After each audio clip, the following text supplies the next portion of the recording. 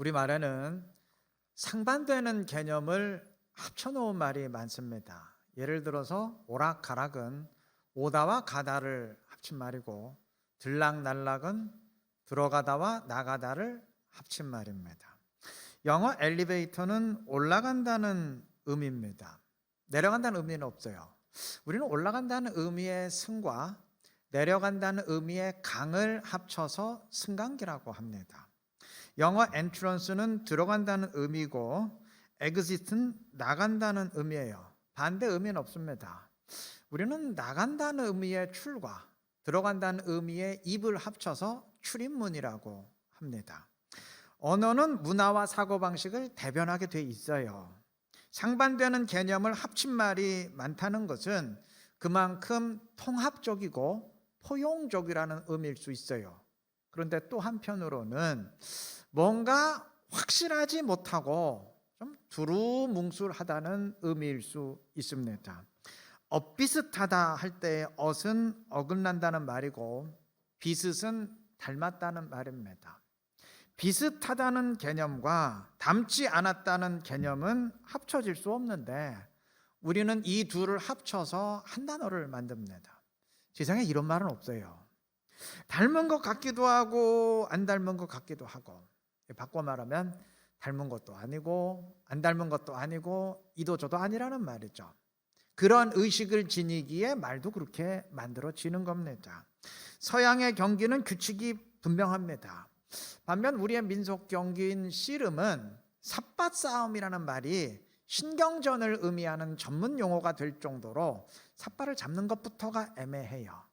뭔가 이게 딱 부러지는 룰이 없다 보니까 거기서부터 시간이 늘어지는 일이 많습니다. 서양의 악보를 보면 음정과 박자가 정확하게 계산이 됩니다. 우리나라 국악은 안 그렇죠? 계산이 안 돼요. 아니, 계산이 되면 그건 국악일 수가 없어요. 이럴 수도 있고 저럴 수도 있는, 조금 느릴 수도 있고 조금 빠르게 할 수도 있고, 그런 신축성이 있어야 됩니다. 여하튼 이런 식일 때가 많은데, 물론 이건 좋게 말하면 각박하게 꼬치꼬치 따지지 않고 좀 여유가 있다 할 수 있어요. 근데 안 좋게 말하면 그만큼 철저하지 못하다는 의미일 수 있습니다. 얼마 전에 광주에서 아이파크 아파트 무너진 적이 있었죠. 39층짜리 건물입니다. 수십 층의 건물이 무너지는 거는, 이거는 후진국에서도 좀처럼 일어나기 힘든 일인데, 우리는 이런 일이 종종 일어나요.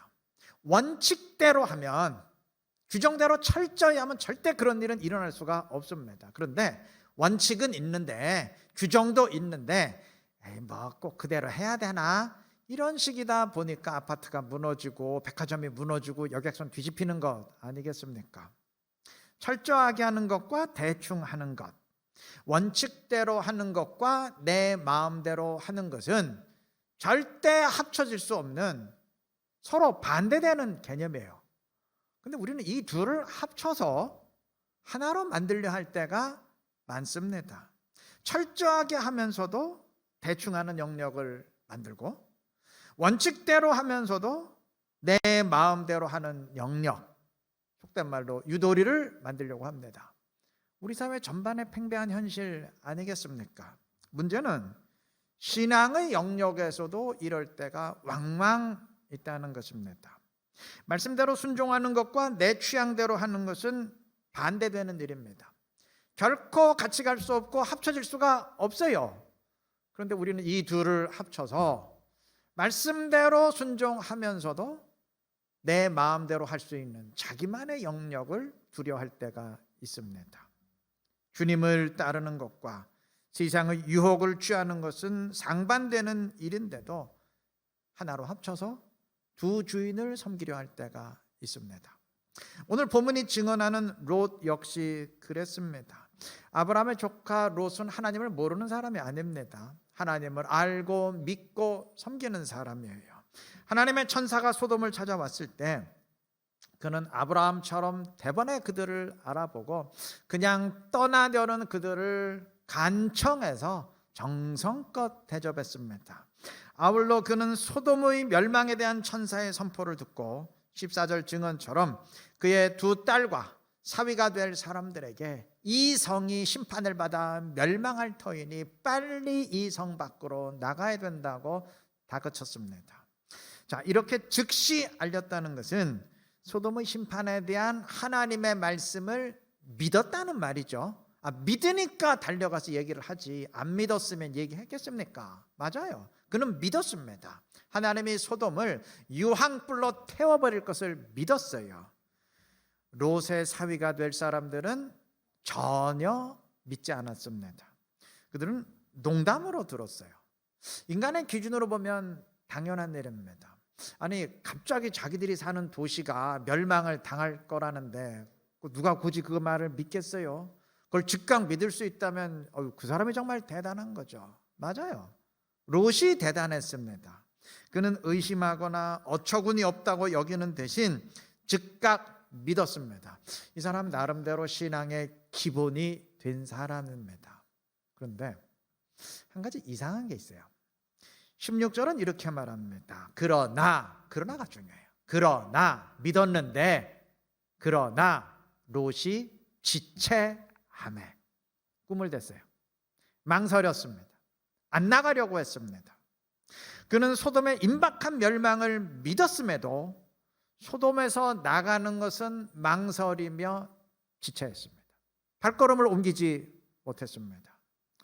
16절은 하나님의 천사들이 롯의 손을 잡고 끌고 나갔다고 했습니다. 바꿔 말하면 만약 천사가 롯의 손을 잡고 끌고 나가지 않았다면 그는 떠나지 못하고 지체하다가 불에 타 죽었을 것이라는 말입니다. 왜 망설였을까요? 빨리 이 성을 떠나야 된다고 재촉하는 천사의 말을 믿으면서도 왜 꿈을 대며 발걸음을 옮기지 못하고 망설였을까요? 그는 소돔 사람들과 분명 달랐습니다. 그러나 그 역시 그 성에서 오래 살았어요. 소돔의 풍요로움과 화려함을 오래 누려왔다는 말입니다. 그가 소돔이 멸망한다는 선포를 듣고도 아니 그게 무슨 소리입니까? 그게 도대체 말이 되는 소리입니까? 이렇게 놀라는 대신 즉각 믿었다는 것은 그 땅이 하나님의 심판을 받아도 전혀 이상하지 않을 만큼 죄로 가득하다는 사실을 인식했다는 말입니다. 그런데 죄는 인식했고 죄악은 혐오했지만 그곳의 풍요로움은 싫지 않았어요. 아니, 좋았습니다. 그러다 보니 그 땅이 멸망받아 마땅하다고 여기면서도 그 땅을 잃어버리는 것은 못내 아쉬웠어요. 그 땅이 파괴될 것이라는 걸 머리로는 이해가 되는데 몸이 동의하지를 않았어요. 그래서 못 움직인 겁니다. 그러다 보니까 심판을 피하는 것과 그곳을 떠나지 않는 것은 절대 조화될 수 없는 일인데도 그는 지체하면서 망설였습니다. 소돔의 죄를 싫어하면서도 소돔을 그리워하고 하나님의 말씀을 믿으면서도 발걸음은 떼지 않으려 하고 서로 상반되는 일인데도 함께 붙잡아 보려고 했습니다. 천사가 강제적으로 끌고 나가지 않았으면 그는 그날 죽었습니다. 여러분, 출애굽 백성들도 그랬죠. 애굽과 가나안은 이건 결코 조화될 수 없는 일이에요. 그런데도 이들의 마음속엔 이 둘이 함께 있었습니다. 그래서 한편으로는 가나안을 소망하며 걸어가면서도 또 한편으로는 계속 애굽을 그리워합니다. 야, 애굽에 있을 때는 그래도 이런 게 있었는데, 애굽에 있었을 땐 이렇지 않았는데, 야, 그래도 애굽에 있을 때는 고기를 먹었었는데 계속 그리워하다니 결국은 가나안 땅 바로 앞에서 야, 우리 모두 애굽으로 돌아가자 결정을 내리고 말았습니다. 우리에겐 이런 모습이 없을까요? 분명 하나님을 믿으면서도 신앙을 위해 내가 버려야 되는 세상의 질서를 못내 아쉬워하는 일은 없을까요? 주님을 믿는 것과 내 주관을 따르는 일은 절대 합쳐질 수 없는 일인데도 이 둘을 합쳐서 하나로 만들려 할 때는 없을까요? 그래서 하나님을 높이면서도 몸은 내 마음대로 하고 예배와 기도는 신실하게 드리면서도 일상의 삶은 내 방식대로 살고, 이게 마치 지킬 박사와 하이드 씨처럼 서로 완전히 반대되는 내가 합쳐진 삶을 사는 경우는 없을까요? 왜 없겠습니까? 서양의 기독교인들이라고 해서 다 제대로 믿는 건 물론 아니겠지만, 그래도 우리보다는 무늬만 기독교인인 나이롱 신자들의 수가 적습니다. 일본의 교회도 그렇다고 제가 들었습니다. 제가 일본의 교회는 출석해 본 적이 없지만 그렇다고 들었습니다. 믿는 사람들의 수는 우리보다 훨씬 적지만, 그래도 믿는 사람들은 대부분 확실하게 믿지, 이게 믿는 것도 아니고 안 믿는 것도 아니고, 믿는 것과 안 믿는 것, 하나님의 말씀대로 사는 것과 세상 사람들과 똑같이 사는 것, 이 둘이 합쳐진 경우는 매우 드물다고 들었습니다. 우리는 그 비율이 높아요. 순종하는 나와 불순종하는 내가 합쳐진 경우가 많습니다. 어찌 보면 확실한 것 같은데 그 안에는 이것은 내 마음대로 한다라는 자기만의 영역을 둔 사람들이 많습니다. 주를 높인다고 하면서 나를 높이고, 말씀대로 한다고 하면서 세상의 기준대로 사는 그런 사람들이 많습니다. 결단이 필요합니다. 여러분, 순종과 불순종은 전혀 반대되는 개념입니다. 절대 하나로 합쳐질 수가 없어요. 순종과 헌신과 섬김은 통합될 수 있어도 순종과 자기 영광은 통합될 수 없고, 순종과 내 마음대로의 삶은 절대 하나 될 수 없습니다. 아니, 물과 기름이 어떻게 하나가 되겠습니까? 자든지 덥든지 하라, 주님의 말씀처럼 결단하시기 바랍니다. 합쳐질 수 있는 것과 합쳐질 수 없는 것을 냉정히 구분하시고 끊어버려야 될 것 과감히 제거하시기를 바랍니다. 결단 내려야 될 때 결단 내리시기를 바랍니다. 그래서 전심으로 주를 섬기며 주의 뜻을 이루고 주님의 더 큰 기쁨이 될 수 있는 지혜롭고 신실한 우리 모두가 되시기를 바랍니다. 소돔의 멸망을 통해서 세 부류의 사람들을 생각하게 됩니다. 첫째 부류는 영적 의식 자체가 없는 사람들입니다. 롯의 사위가 될 사람들로 대변되는 이 소돔 사람들이 이랬습니다. 이들은 심판의 말씀을 완전히 농담으로 들을 정도로 의식이 없었어요. 흔히 소돔은 타락한 도시의 전형으로 언급되는데, 소돔은 단지 타락하기만 한 것이 아니었습니다. 상식적으로 납득하기 힘든 끔찍한 일들이 자행되는 곳이었어요. 어떤 일들이 벌어졌는지는 성경이 언급을 안 했어요. 그러나 그렇게 말할 수 있는 근거는 충분합니다. 13절은 그들에 대한 부르짖음이 여호와 앞에 크므로라고 했어요. 그리고 그 앞장 18장 20절도 소돔과 고모라에 대한 부르짖음이 크고라고 했습니다. 자, 두 구절에서 부르짖음으로 번역이 됐는데 이 단어는 원어로 보면 울부짖음입니다. 사람은 부당하고 몰상식한 대우를 받을 때 항의하고 한탄하고 서러워합니다. 하지만 울부짖음은 이건 차원이 달라요.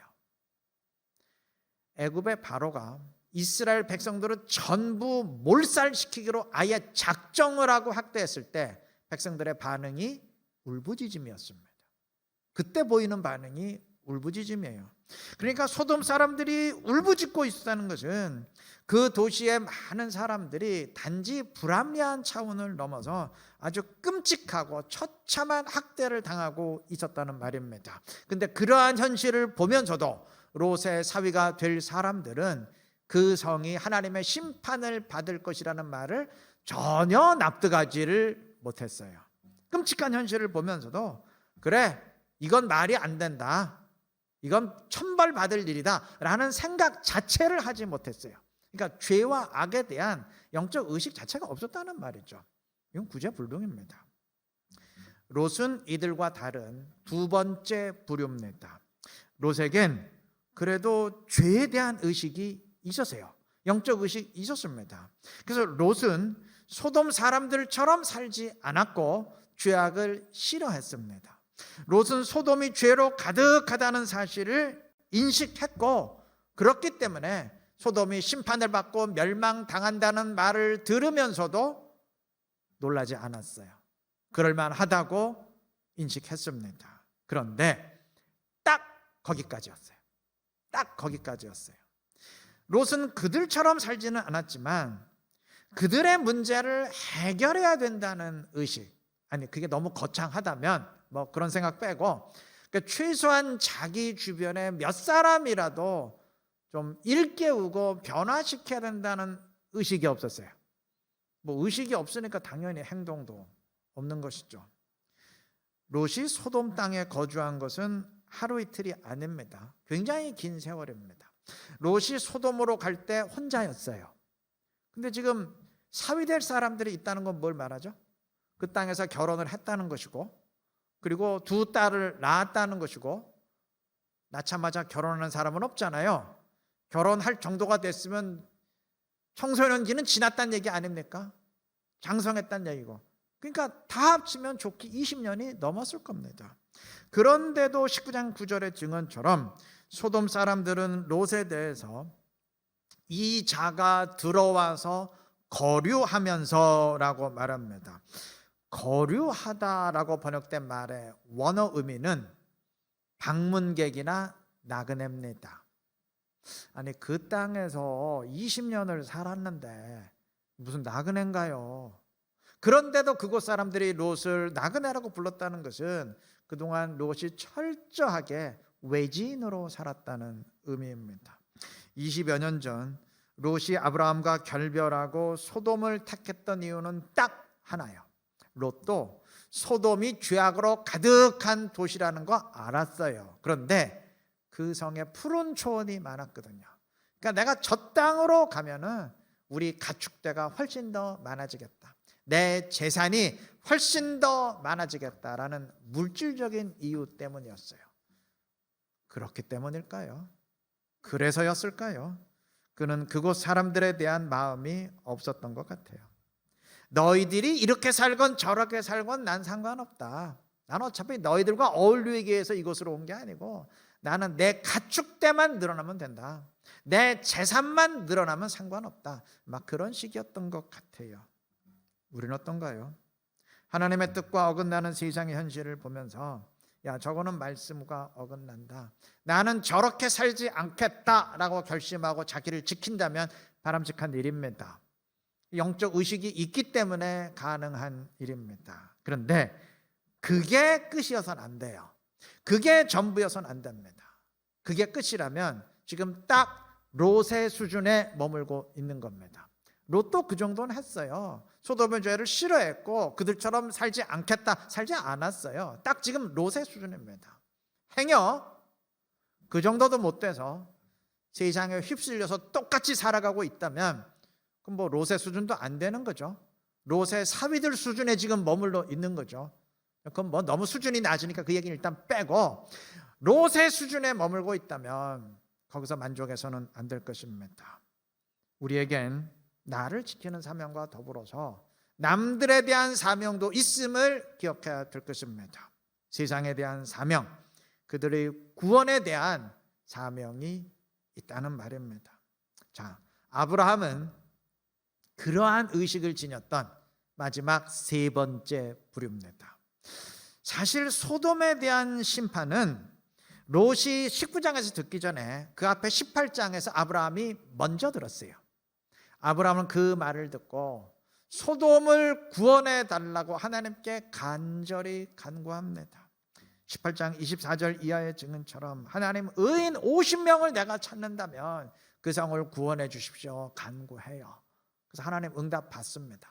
그리고 찾았거든요. 의인 50명이 없어요. 그러니까 다시 하나님께 간구합니다. 하나님이 45명만 찾는다면 또 찾습니다. 못 찾으니까 하나님 40명만 찾는다면, 이게 몇 절로 기록이 됐지만 기도하고 가서 찾아보고 기도하고 찾아보고 시간이 꽤 걸렸겠죠. 그러더니 결국 마침내 하나님 의인 10명만 찾아도 소돔 땅을 구원해 주십시오 간구해요. 그에겐 소돔의 멸망에 대한 안타까움이 있었고 어떻게 하든 그 땅을 구원하려는, 참 간절함이 있었어요. 자, 그런데 여러분 이거 좀 이상하게 느껴지지 않습니까? 뭔가 좀 이상한 거 안 느껴지세요? 저는 이 구절을 읽으면 상당히 이상하게 느껴졌는데요. 사실 이러한 간구를 해야 될 사람이 누군가요? 이러한 간절한 마음을 품어야 될 사람이 누군가요? 롯 아닙니까? 롯. 아브라함은 소돔과 아무런 관련이 없어요. 그 땅에 살은 적이 없어요. 아브라함과 연관이 없어요. 반면 롯은 그 땅에서 수십 년 지금 살고 있지 않습니까? 근데 그 땅에서 전혀 산 적이 없는 아브라함은 그 땅을 안타깝게 여기면서 그 땅을 위해 간절히 간구하는데, 아니 정작 그곳에서 수십 년째 살아온 롯은 전혀 그런 의식이 없어요. 이상하지 않아요? 뭐가 좀 이게 바뀐 것 같지 않습니까? 롯은 재산 때문에 소돔을 택했지만 소돔이 멸망하면서 그의 모든 재산도 다 잿더미가 됐습니다. 그는 도망칠 때 빈손으로 도망쳐야 했어요. 아마 그날 롯은 소돔 사람들을 저주했을 겁니다. 저것들 때문에 내 평생 모은 재산이, 내가 지금 재산 때문에 일부러 이곳으로 들어왔는데 20년 살았는데 저것들 때문에 다 불타버렸다고 아마 저주하면서 분노했을 거예요. 예, 맞아요. 하나님이 뭐 소돔 사람들 때문에 거기다 불을 내린 거지 롯 때문에 불 내린 건 아니잖아요. 롯과 같은 사람들만 있었다면 하나님이 뭐 심판하셔야 될 이유가 없지 않습니까? 예, 맞아요. 그런데 인간의 생각으로는 그런데 하나님의 생각은 전혀 다를 수 있어요. 어쩌면 하나님은 롯의 생각과 정반대로 롯 잘 들어라. 네가 소돔 사람들을 저주하는데 사실은 롯 너 때문에 저들이 멸망당하는 거다. 이렇게 지적하실 수도 있습니다. 18장의 증언처럼 소돔에 의인 10명만 있었으면 소돔은 멸망당하지 않고 구원받을 수 있었습니다. 의인 10명. 10명은 절대 많은 숫자가 아닙니다. 롯이 아내와 2딸 외에 6명만 책임지면 되는 수입니다. 장인 가족을 책임지든지 아니면 뭐 처남 처제들만 이끌어도 충분한 수예요. 뭐 그도저도 아니라면 자기가 거느린 수많은 하인들 가운데 몇 명만 딱 한마디만 해도 충분히 채울 수 있는 수입니다. 어려운 일 아니에요. 너무 쉬운 일이에요. 롯은 아브라함 덕분에 큰 부자가 됐고 더 큰 부를 이루기 위해서 소돔을 택했으니까 분명 그 땅에서 어마어마한 부자로 유력한 사람으로 살았을 터인데, 아브라함도 300명 이상의 개인 사병을 거느렸다면 아마 롯의 하인들은 훨씬 더 많았을 겁니다. 그럼 그 가운데 몇 사람 여호와께 인도하는 거죠. 뭐 식은 죽 먹기예요. 그렇지 않습니까? 말 한마디면 되는 거예요. 야, 너희들 나와 함께 여호와를 믿어보자. 그러면 끝나는 거예요. 얼마나 쉬운 일입니까? 그런데 20년 동안 롯은 전혀 그러하지 못했어요. 의식 자체가 없었던 것 같아요. 롯이 그랬더라면 소돔은 심판을 당하지 않았을 텐데, 안타깝게도 그는 20년 이상을 거기서 살면서도 그 땅을 자기의 삶의 터전으로 삼았으면서도 전혀 그러하지 못했어요. 정말 그는 외진이었던 것 같습니다. 그냥 나그네였던 것 같아요. 자기 이외에 다른 사람에게는 전혀 관심이 없었던 것 같습니다. 어쩌면 하나님이 물론 표면적으로는 소돔을 심판하셨지만 롯을 더 책망하실지도 모르겠다. 그런 생각이 들었어요. 롯, 네가 기본만 했어도, 네가 살고 있는 땅에 대한 최소한의 관심만 있었어도 그 땅 멸망당하지 않고 구원받을 수 있었는데 너에게 전혀 그런 의식이 없었기 때문에 지금 그 땅이 멸망당하는 거다. 어쩌면 롯을 더 심하게 책망하실 수도 있겠다. 그런 생각이 들었습니다. 우리 모두 마찬가지입니다. 우리는 흔히 뭐 세상을 악하다고 표현합니다. 세상이 악하기에 문제라 그러고 죄가 범람하기에 문제라 말하고 세상을 탓하는데 하나님은 반대로 말씀할 수도 있어요. 세상이 문제가 아니고 좀 너희들이 문제다. 세상이 약해서가 문제가 아니고 지금 교회가 교회답지 못해 문제다. 그렇게 책망하실 수도 있을 겁니다. 너희가 세상에 대한 최소한의 사명만 감당을 해도, 다른 사람들에 대한 최소한의 의식만 지니고 살아도 이렇지 않을 텐데 너희만 생각하기에 문제다. 아니, 너희 자신도 지키지 못하고 함께 휩쓸리고 있기에 문제다. 그렇게 책망하실 수도 있습니다. 우리 그리스도인들에게 자신에 대한 책임과 더불어서 다른 사람들에 대한 책임이 있음을 명심해야 될 겁니다. 우리의 영적인 시야를 넓혀야 될 것입니다. 오늘 말씀 기억하시고 시야를 넓히시기를 바랍니다. 그래서 내가 할 수 있는 일이 무엇인가, 내가 해야 될 일이 무엇인가 생각하시고 실행해 가시기를 바랍니다. 그래서 주님의 은혜를 다른 사람에게도 미치게 하는 축복의 통로, 은혜의 통로가 됨으로써 주님의 뜻을 더 크게 이루고 주님의 영광 더 크게 드러내고 주님의 더 큰 기쁨이 될 수 있는 우리 이루는 게 모든 성도님들 되시길 그리스도의 이름으로 축원합니다.